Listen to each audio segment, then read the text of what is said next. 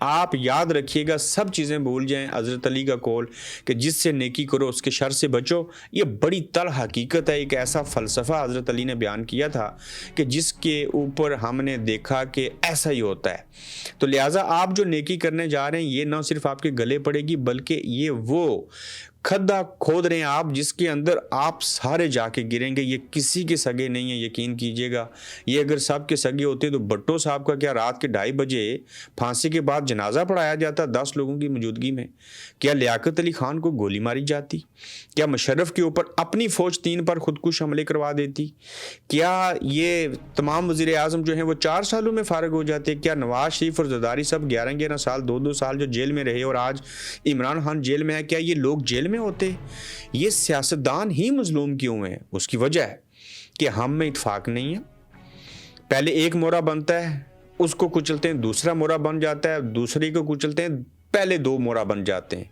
یہ مساق جمہوریت کیا تھا نا، اپنے خان صاحب نے توڑا، وہ مورے بنے، آج وہ اندر ہیں، آپ لوگ ان کا مورا بن گئے۔ تو آپ کا آپس میں اتحاد و اتفاق ہونا چاہیے۔ باصر و دیگر اسٹیبلشمنٹ، بازریہ، عدلیہ، پولیس تو ہے کچھ بھی نہ سمجھیں ان کو، وہ تو یس سر کہنے والے بن گئے ہیں، ان کے ٹاؤٹ ہیں سارے، تو یہ آپ کو کچلتے رہیں گے۔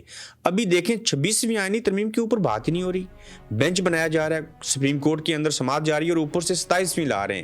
وہ 27ویں کریں گے، اس کے اندر جو خدوخال ہیں ان کو دیکھیں گے کیا ہوگا۔ لیکن یاد رکھیے گا یہ 27ویں آئینی ترمیم مزید ظلم، جبر، ستم کوئی ایکسٹینشن لے لے، فار لائف ٹائم لے لے، اس ملک کے اندر یہ دن دیاڑا یاد رکھیں انقلاب آئے گا۔ ہو سکتا ہے یہ پیپلز پارٹی، نون لیگ سارے اس میں شامل ہوں، صرف تحریک انصاف نہیں، اس میں قوم چاہیے، خاص کر نوجوان چاہیے، بالخصوص اسٹوڈنٹ چاہیے، پڑھے لکھے لوگ چاہیے۔ تو اس ملک کے اندر یہ چیزیں ہوں گی جس طرح کے ہمارے حالات ہیں۔ اور وہیں پہ ایک مرتبہ پھر سے محمود خان اچکزئی بڑے میچور آدمی ہیں، طریقے سلیقے والے ہیں، نڈھر ہیں، دلیر ہیں۔ میں کہتا ہوں کہ 100 علی امین گنڈا پور ہو تو ایک محمود خان اچکزئی نہیں بنتا، اس سے بڑی مثال کیا دے دوں۔ لیکن یہ جو اعتبار کیا جا رہا ہے نا مولانا صاحب کے اوپر، جو کہ اب مولانا صاحب کی ضرورت نہیں ہے۔ مولانا صاحب جو ہیں وہ پہلے ریلیونٹ تھے اور اب ارریلیونٹ ہیں۔ مولانا صاحب کے پاس بڑے گوری مزائل ہیں، مدرسوں کے بچے اور یہ ساری چیزیں، لیکن مولانا صاحب کی جماعت کے حافظ احمد صاحب کو میں سنتا ہوں تو بڑی تبدیلی آئی ہے، یقین جانیے۔ مولانا صاحب کو پتہ ہے کہ جب میں نے 26ویں آئینی ترمیم میں ٹھیک ہے کچھ چیزیں، کچھ شکیں انہوں نے ختم کروائی تھی، ان کا ساتھ دیا، تو اس کے بعد بڑی تنقید ہوئی۔ یہ جو آپریشن ہو رہے ہیں KPK کے اندر خیبر پختونخوا میں، اس میں اگر وہ نہیں بولیں گے تنقید ہوئے گی، چونکہ ان کا مین کوئٹہ اور یہی ریجن ہے جہاں سے مولانا صاحب جیتتے ہیں، الیکشن لڑتے ہیں، ان کے چاہنے والے ہیں، مردین ہیں، بچے ہیں، جو بھی ہیں۔ تو مولانا صاحب کو بتا دیا گیا ہے سوشل میڈیا کے اوپر کہ جب آپ عمران خان کے ساتھ تھے تو آپ نے خود کہا کہ میں ان کو یہودی ایجنٹ سیاسی بیان دیتا تھا۔ جو خان صاحب آپ کو ڈیزل کہا کرتے تھے، جو کہ غلط کرتے تھے، بہت غلط کرتے تھے، کسی انسان کا نام ایسے نہیں رکھنا چاہیے۔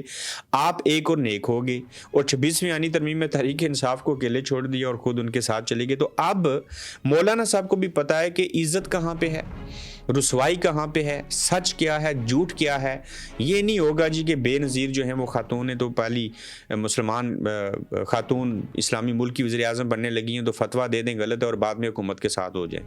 مشرف صاحب کو کہیں یہ ڈکٹیٹر ہیں، یہ غلط کیا، آئین توڑا، تو بعد میں ان کے ساتھ ہو جائیں۔ تو لہٰذا مولانا صاحب زندگی کے آخری حصے میں اللہ تعالیٰ آپ کو صحت دے، زندگی دے، لیکن کچھ سوچیں، کوئی تو ہوگا جو ان کو بتانے والا ہو، کوئی تو اخلاقی جرات پیدا کرے۔ اس بار دھوکہ نہیں دیجیے گا، چونکہ دھوکہ دینے کے لیے آپ کے پاس ہے کچھ نہیں۔ آپ جیسا شخص، محمود خان اچکزئی، ایمن ولی خان، یہ PTI تو ہے ہی بڑی جماعت، اس کے ساتھ 80% عوام ہے۔ میں کہتا ہوں آپ ہی مولانا صاحب ملک کے اندر اگر چاہیں نا تو انقلاب لانے کے لیے کافی ہیں۔ اگر آپ مدرسے کے بچے لے آئیں اور ساتھ میں PTI اور تھوڑے لوگ کھڑے ہو جائیں، میں کہتا ہوں کیا سے کیا کر جائیں اور شاید آپ پل صراط کراس کر جائیں۔ اس کے بعد چھوڑیں ماضی کو، حال کے اوپر نظر رکھیں، مستقبل کی فکر کریں، آخرت کی فکر کریں، ملک، قوم اور مذہب کی خاطر ایک نیک اچھے بن جائیں، چاہے وہ آپ کسی کے ساتھ بھی اچھے ہو جائیں۔ پیپلز پارٹی اچھا کرتی ہے، نون لیگ ان کے ساتھ ہوں، PTI والے اچھا کرتے ہیں ان کے ساتھ ہوں، لیکن جو برا کرتا ہے اس کے خلاف آپ بولیں۔ تو مولانا صاحب مجھے ذاتی طور پہ اس بار امید ہے کہ آپ دھوکہ نہیں دیں گے، لیکن پھر مجھے ایک بات یاد آتی ہے، کہتے ہیں کہ مومن کبھی دوسری بار اسی سراغ سے ڈسا نہیں جاتا۔ تو مولانا صاحب کیا مومن والی جو یہ مثال ہے یہ جھوٹی ثابت ہوگی یا سچ ثابت ہوگی، یہ آپ کے اوپر منحصر کرتا ہے۔ تو بہرحال پشتونوں کے حوالے سے بڑی دلخراش بات کی سہیل افریدی صاحب نے کی ان کے حق میں، لیکن مثال اور واقعہ ایسا سنایا کہ آپریشن کے دوران جب مساجد کے اندر کتے باندھتے تھے نا، تو کیا ہوتا تھا کہ یہ منع کرتے تھے ایسے نہیں کریں۔ تو سہیل افریدی کے بقول کہ میں اس علاقے سے ہوں، تو یہ طاقتور لوگ جو تھے، وہ فوجی جو تھے یا جو بھی آپریشن کرنے والے گروپس ہوتے تھے، وہ کہتے تھے کہ تم بھی ان کتوں کی طرح ہو، یعنی کہ پشتونوں کو معذرت کے ساتھ کتوں سے تشبیہ دی گئی کہ تم اور کتے ایک جیسے ہو۔ ٹھیک ہے، میں اب اسی چیز کو وجہ بنا کے ابھی میں فیون کے اوپر آتا ہوں، پوسٹ کی جو فصل ہے اس کے اوپر آتا ہوں، اسلحے پہ آتا ہوں، پیٹرول پہ آتا ہوں، سب چیزیں بیان کروں گا۔ لیکن صاحبوں میں غیر اسلامی ملک کے اندر رہتا ہوں، یہاں کے سینمے اور چرچ جو ہیں وہ مساجد میں کنورٹ ہو چکے ہیں۔ یہاں چرچ کے سامنے مسجد بن چکی ہے اور یا مساجد بن چکی ہیں، بے شمار ایسی مثالیں ہیں۔ اس مسجد کے اندر ماہ رمضان میں یا کسی جمعے کے روز کمیونٹی پیغام دینے کے لیے جب انگریز پولیس والے مرد اور عورتیں ہوتی ہیں، یاد رکھیے گا، مسجد کے اندر آتے نا، کتا تو دور کی بات، جوتے اتاریں گے، عورت سر پہ دوپٹہ کرے گی، غیر مسلم ہو کے احترام کرتی ہے۔ اور میں آپ کو کیسی کیسی مثالیں دوں کہ غیر مسلم ہماری مساجد کا پھر بھی احترام کرتے ہیں، اور سہیل افریدی کے بقول کہ ہماری مساجد پاکستان کے اندر اللہ کے گھر میں کتے باندھے جاتے ہیں، اور جب کہا جاتا ہے کہ ایسے نہیں کرو تو وہ کہتے ہیں تم بھی کتوں جیسے ہو، پشتونوں پختونوں ان پٹھانوں کو۔ اب سہیل افریدی یہ جو آپریشن کی بات کر رہے ہیں، اس کے خلاف کیوں ہے یہ سارا معاملہ؟ بندے سویلین مر رہے ہیں نا، تو ان کو بچنا چاہیے نا۔ تو جب یہ کہتے ہیں آپریشن نہیں ہونا چاہیے، ڈائلاگ ہونے چاہیے، بے گناہ لوگ نہیں مارے جانے چاہیے، تو ان کو تکلیف کیوں ہوتی ہے؟ یہ تو انسانیت کی بات کرتا ہے سہیل افریدی صاحب۔ وہ تکلیف اس لیے ہوتی ہے کہ پہلے میں مثال دیتا ہوں پوری دنیا میں کاروبار کیا ہے۔ نمبر 1 کے اوپر منرلز، اسلحہ، منشیات، یہ تیل ہو گیا اور معدنیات، یہ سارا کچھ ٹھیک ہے۔ اس کے بعد میڈیسن آتی ہیں اور چند اور چیزیں آتی ہیں، فون کر لیں، یہ چیزیں، کپڑے ہو گئے، سارا کچھ، یہ بہت بعد کی چیزیں ہیں۔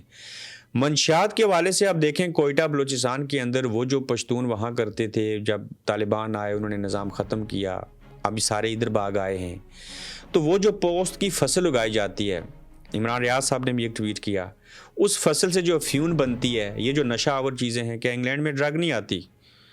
کیا پوری دنیا میں لوگ ڈرگ نہیں پیتے؟ کیا ہر ملک کا جی ڈی پی جو ہے وہ منشیات کے ساتھ لنک نہیں ہے؟ یہ نہ آئے تو پتہ نہیں کتنے لوگ جو ہیں ایک مہینے میں مر جائیں، لاکھوں لوگ مر جائیں، یہ ایک ضرورت ہے۔ لیکن کیا ہے، یہ انڈر دا ٹیبل ڈیلز ہوتی ہیں، سارا کچھ ہوتا ہے۔ تو اس وقت پوری دنیا کے اندر یہ منشیات، یہ اسلحہ، یہ تیل، یہ منرلز کی جو ہے نا، یہ وار جاری ہے، یہ آپ کی اکانومی ہے۔ تو لہٰذا ان کو تکلیف یہ ہے کہ یہ جو پیٹرول سمگل ہو کے آ رہا ہے، اس میں لوگ رکاوٹ بنیں گے جب حکومتی ریٹ KPK کی قائم ہوگی بلوچستان میں، تو ہے ہی ہماری حکومت۔ اس کے بعد یہ جو منشیات کا کام ہے، اس میں رکاوٹ آ جائے گی۔ مجھے بتائیں سیکیورٹی فورسز کا کام کیا ہے؟ بارڈر کے اوپر کھڑا ہونا۔ جب بارڈر کے اوپر آپ خود کھڑے ہیں تو سمگلنگ کون کرتا ہے؟ منشیات کا کام کون کرتا ہے؟ تو آپ سہیل افریدی کو الٹا کہہ رہے ہیں کہ یہ منشیات فروش ہے، یہ ایسے ہے، یہ ویسے ہے، یہ منشیات فروشوں کو تحفظ دیتا ہے۔ تو اسی حوالے سے آپ نے وارنٹ گرفتاری جاری کی، اور گزشتہ روز KPK ہاؤس میں 2 پولیس والے گئے، وارنٹ گرفتاری دیے، سہیل افریدی کو گرفتار کریں گے، اس کی جان لے لیں گے۔ اس نے کہہ دیا اب کی بار میں عشق عمران میں مروں گا۔ یہ عشق کے بارے میں کوئی لیلا مجنو کی کہانی دیکھیں، کوئی فلم دیکھ لیں، سسی پنو، سونی مہیوال، کہ جب کسی ایک انسان کو کسی پتھر سے، کسی لڑکی سے، کسی دوشیزہ سے، کسی ماں سے، باپ سے، حقیقی یا مجازی عشق ہو جائے تو وہ اندھا، بہرا، گنگا ہوتا ہے۔ اس کے لیے جان دینا اور جان لینا کوئی بڑی چیز نہیں ہوتی۔ نہ جان لینی چاہیے اور نہ جان دینی چاہیے، امن سے کام ہونا چاہیے، لیکن نہ مار کے، نہ گورنر راج لگا کے، نہ دھمکی دے کے، نہ فتویٰ دے کے کچھ بھی نہیں کر سکتے۔ اور یہاں پہ صاحب ایک فتویٰ بھی ہے، عقل والوں نے، یہ جو ہے نا سہیل افریدی، ان کو عقل دلوانے کے لیے استدعا کی گئی ہے۔ ایک مولوی نے فتویٰ دیا ہے جن کی گاڑی سے میرے خیال سے شراب بھی پکڑی گئی تھی مبینہ طور کے اوپر۔ تحریک انصاف سہیل افریدی کو عقل اور شعور دے، پاک فوج کی اساس ایمان، تقوی، جہاد فی سبیل اللہ ہے، علامہ طاہر اشرفی، یہ ایک طرح سے فتویٰ ہے۔